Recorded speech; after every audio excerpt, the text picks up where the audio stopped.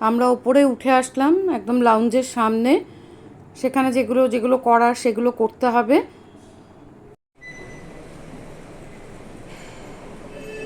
ওই যে রানওয়েটা দূরে দেখা যাচ্ছে, একটা ফ্লাইট গেল, ওই যে দূরে দেখা যাচ্ছে একটা ফ্লাইট। ওদিকে কর্তামশাই প্রসেসিং করছে। হঠাৎ এটা না চোখে পড়লো, এই আলোর ঝাড়টা কি সুন্দর হয়ে গেছে লাউঞ্জের। 2 টাকা তো। এই যে তোমাদের দেখাচ্ছি, এর আগের বারে ভিডিওতেও দেখিয়েছিলাম। এই যে 2 টাকা দুজন। তোমরা একটু এয়ারপোর্টে এসে তোমাদের ডেবিট কার্ড বা ক্রেডিট কার্ড যাই কার্ড হোক একটু দেখিয়ে জিজ্ঞেস করতে পারো। সরকারি বেসরকারি সব কিছুতেই জিজ্ঞেস করতে হবে।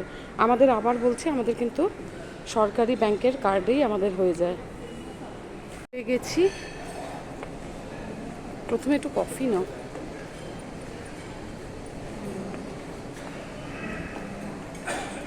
এখানে এই তো টি কফি সব আছে।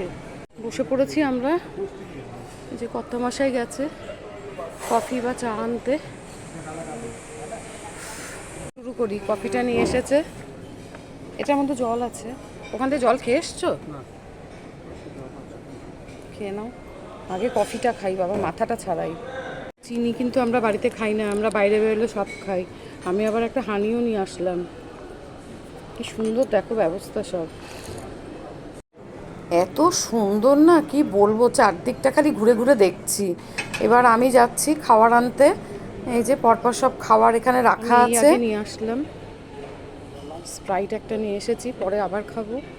আর ভেজিটেবল সব, এটা পনির, এটা ভেজিটেবল কি জানি না নাম বাবা। এই আপাতত নিয়ে আসলাম। কর্তামশাইও আনতে গেছে। পনিরের এই আইটেমটা দারুণ না, ভীষণ সুন্দর। এটা আবার এটা খাচ্ছি, স্প্রাইট শেষ। তো তাড়াতাড়ি খাওয়া যায়, অবস্থা টাইট, পুরো ঝাঁজটা উঠছে। দেখ আগে আসলে পরে এই একটা সুবিধা এখানে। আর একটু দেরিতে ফ্লাইটটা হলে পরে ভালোই ছিল, বাড়িতে গিয়ে একেবারে শুয়ে পড়তাম। এবারেও বাড়িতে গিয়ে শুয়ে পড়বো, আর কিছু খাবো না। আমার কর্তা না ব্যাঙ্গালোরের এই লাউঞ্জে খাওয়াটা প্রচণ্ড পছন্দ করে। আজকে মানে এত তাড়াতাড়ি হয়ে গেছে, এর আগের বারে আমাদের ফ্লাইটটা ছিল 9টার পরে।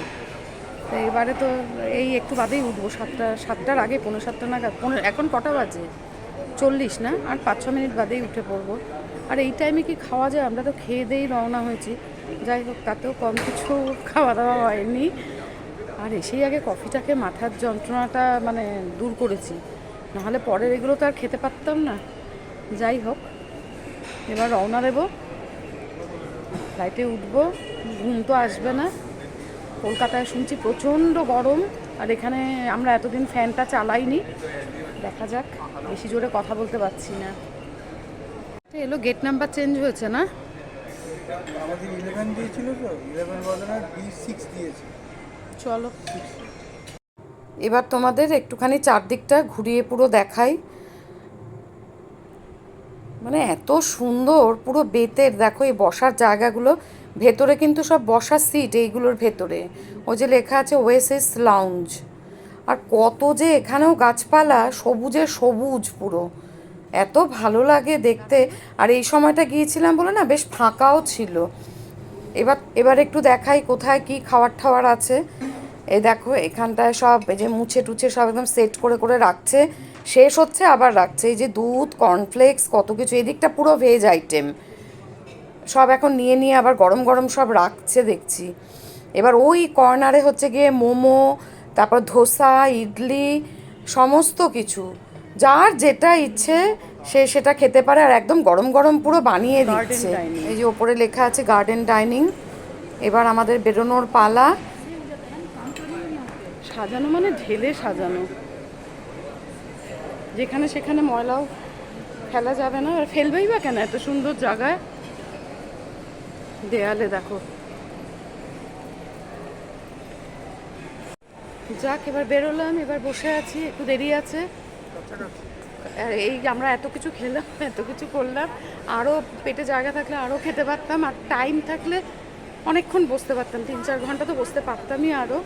আমাদের আর টাইম নেই, 2-4 টাকা খরচা হলো।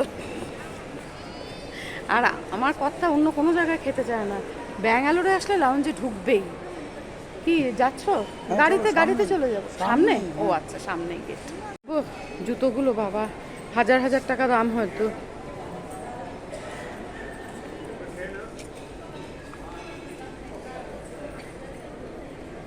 বাবা 3599। চলি, টাটা ব্যাঙ্গালোর। অনেকে নেওয়া যেত না এখান থেকে, এই ব্যাগ দেখে তো তার চোখ পুরো আটকে যেত। গেট আর আসে না।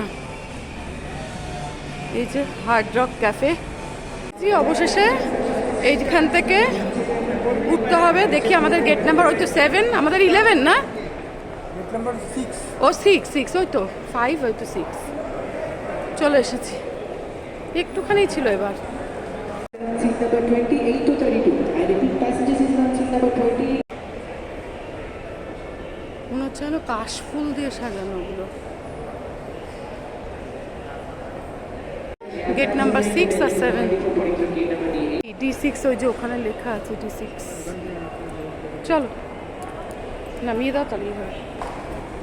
লিফটও আছে। দেখো, আমরা যে ওইখানে ওয়েট করছি সেখানে চার্জিং পয়েন্টও আছে। কতখানি উন্নত এয়ারপোর্ট চিন্তা করো। আমি অবাক হয়ে গেছি হঠাৎ করে সিটে এগুলো দেখে। এবারে বোর্ডিং শুরু হবে। এটা ভালো করেছে বলো, এতটা হাঁটা সুন্দর। এই যে আটকে দিল এই গাড়িগুলো। এই দেখো আমার গপু সোনা বসে বসে মধু খাচ্ছে।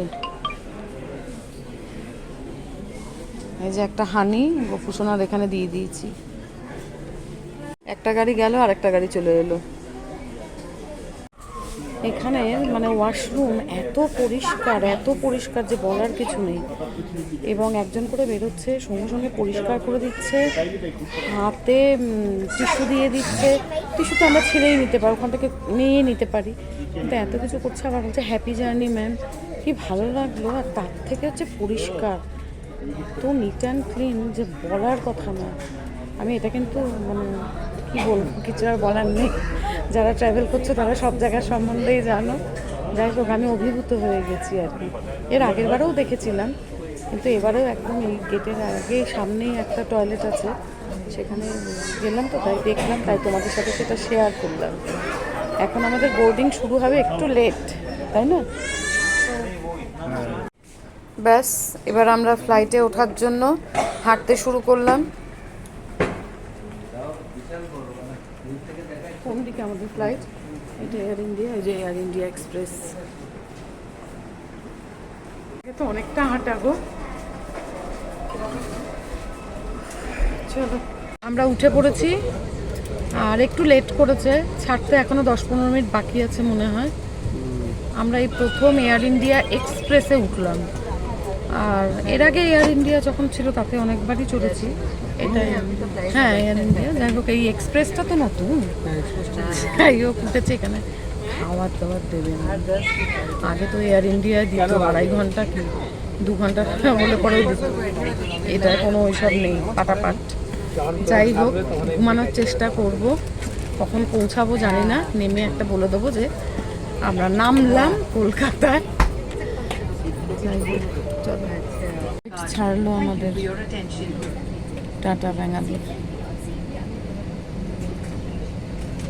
লেগ স্পেসটা যেন দিন দিন কমছে না সব ফ্লাইটের, ভীষণভাবে এটা কমেছে। এটা হ্যাঁ, কেউ কিছু বলে না কেন? 2.5 ঘন্টার জার্নি এরকম করে কুকুরে সব দেখো টিকিট নেয় কত টাকা করে করে। আর লেগ স্পেসে দেখো ঘাড়ে, এ দেখো কি অবস্থা এইটুকুনের মধ্যে এরকমভাবে জার্নি করা। সিটগুলো ভালো না, সিটগুলো গদিয়াটা আছে, কিন্তু মানে আমি ফোনটা যে ধরে আমি মানে ক্যামেরাটা করবো যে মানে ভিডিও করবো যে মানে সামনের সিটটা ধাক্কা খাচ্ছে। হ্যাঁ, এরকম সামনের থেকে করতে হচ্ছে। কি অবস্থা! সামনে যে বসেছে সে সমানে এদিক আর ওদিক করছে, আর আমার হাঁটুতে লাগছে। প্রচণ্ড স্পিডে যাচ্ছে, এবারে চাকাটা তুলবে। প্রথমে বেশ আস্তে আস্তে যাচ্ছিল, কি আওয়াজ, মানে কানে তুলে দিলে ভালো হয়। যাই হোক, এবারে ব্যাস আমরা ওপরে উঠে গেলাম। এবার দেখো ওপর থেকে কি সুন্দর দেখতে লাগছে, পুরো ঝলমল করছে। ব্যাঙ্গালোরের আকাশ ছেড়ে চলে এলাম কলকাতার আকাশে। রাতের কলকাতা। এই আমাদের আলো ঝলমলে রাতের কলকাতা। যতই আলো ঝলমলে করুক না কেন, কলকাতার প্রতিটা অলিতে গলিতে কোনায় কোনায় দুঃখের ছায়া।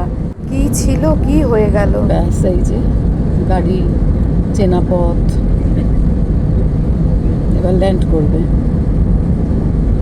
রানওয়েতে ঢুকে গেছে।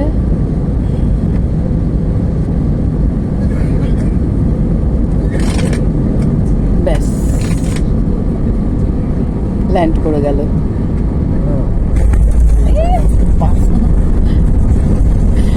ল্যান্ড করে গেল। হল ভাঙার মতো না, যেই মুহূর্তে থামলো সেই মুহূর্তে কে আগে যাবে। মিনিট ধরে সব দাঁড়িয়ে আছে। বাবা, তার থেকে বসে থাকা ভালো। কত নম্বর এতে আছে বেল্টে সেটা এখন বলে দিল, তারপর দরজা খুলবে। কত নম্বর বেল্টে বলে দিল না? 7 বেল্ট নাম্বার 7। এতক্ষণ দাঁড়িয়ে থাকার মানে হয় পুরোপুরি। ব্যাঙ্গালোর সফর শেষ এখনকার মতন। এবার বাড়ি যাওয়ার পালা। ক্যাব বুক করব। ছেলের বউদের সাথে কথা হয়ে গেছে ফ্লাইটে বসেই। এবার দেখি কতক্ষণে গিয়ে পৌঁছাই। প্রায় 11:20 না 11:30 বোধহয় বাজে। না, 11:20 বাজে। এবার তাহলে আজ এখানেই শেষ করছি। সবাই ভালো থেকো, সুস্থ থেকো, সাবধানে থেকো। Tata, good night.